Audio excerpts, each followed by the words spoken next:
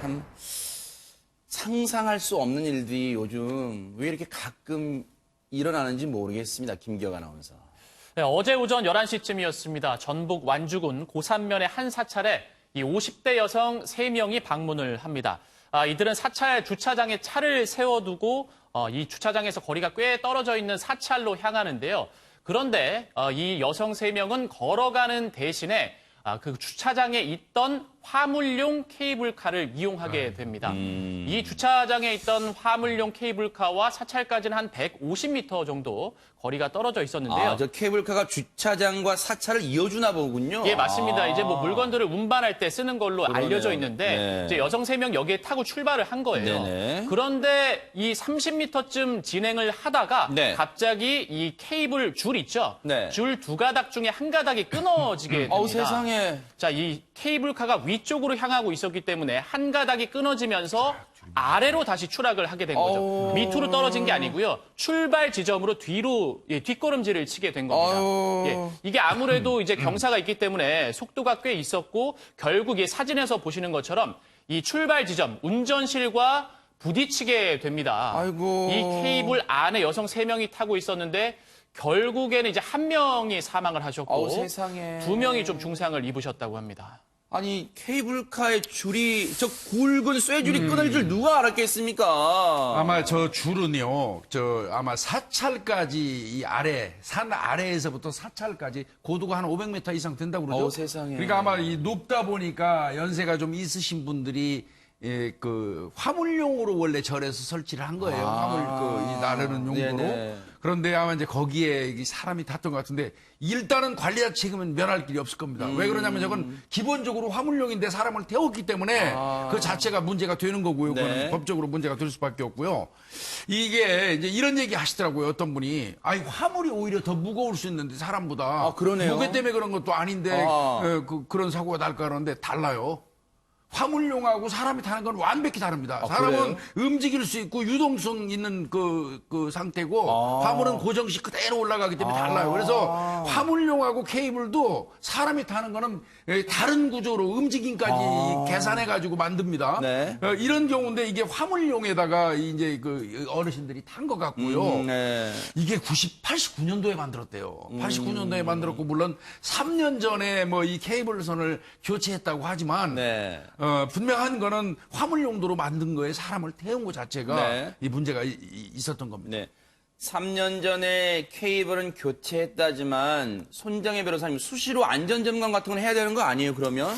그런데 문제는 법적으로 사각지대에 있다라는 겁니다. 왜냐하면 이런 케이블카를 규제하는 법률이 궤도운송법이라고 있는데 이 법은 사람이 타는 케이블에 대해서 적용이 되는 거예요. 이렇게 화물 목적용으로 컨테이너나 이런 케이블카를 만들어서 운행하는 것은 규제가 훨씬 더 느슨합니다.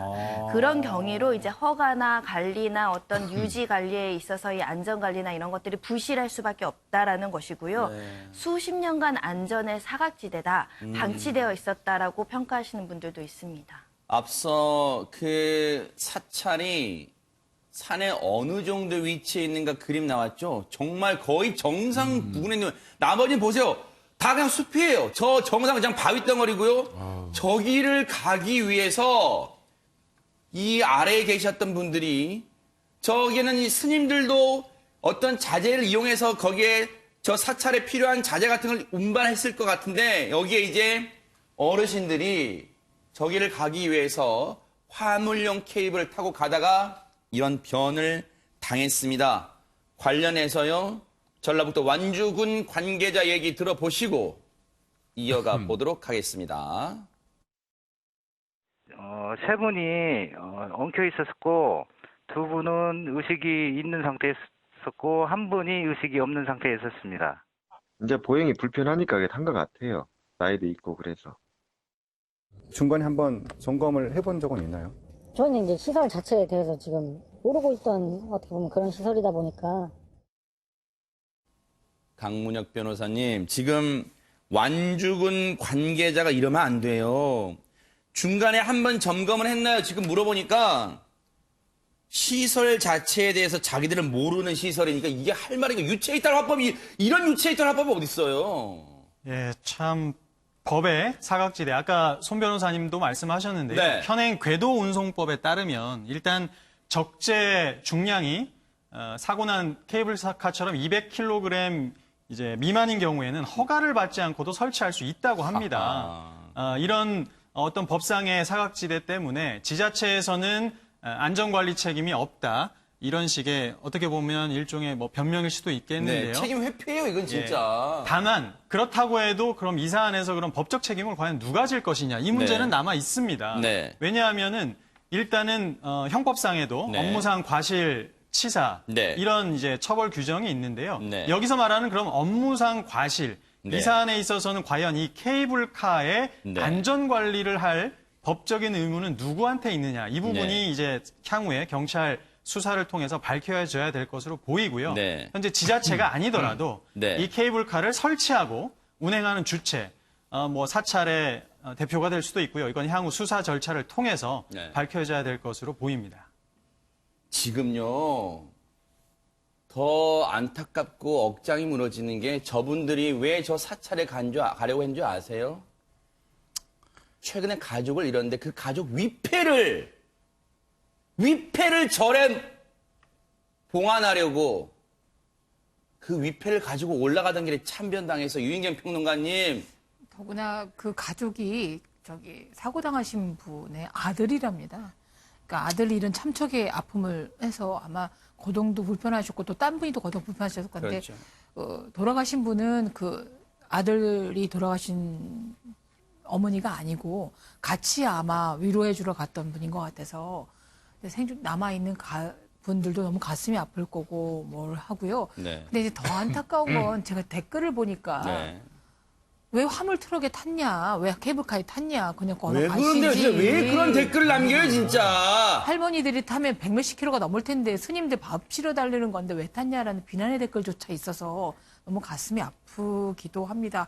어쨌든 이런 안전사고, 이건 분명히 안전사고예요. 이분들이 무슨 뭐 한 게 아니기 때문에 좀 제대로 밝혀져야 될 것 같습니다. 정말로 김목준 의원님 예. 왜 그런답니까? 사람들 왜 그래요? 정말 왜 남의 가슴을 후벼 팝니까? 이렇게 진짜. 그러게 말입니다.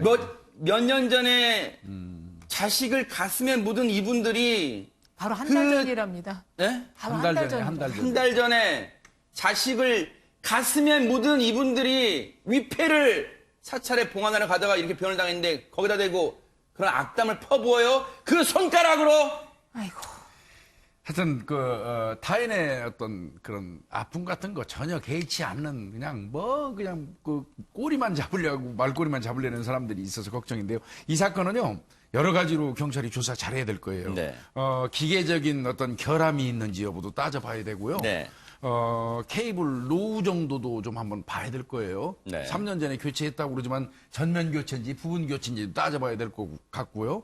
그 다음에 제일 중요한 건 그걸 것 같습니다. 나중을 생각해서 이분들이 타도록 권유하거나 용인한 사람, 그건 분명히 따져봐야 될 겁니다. 네. 예. 제발 그러지 마세요.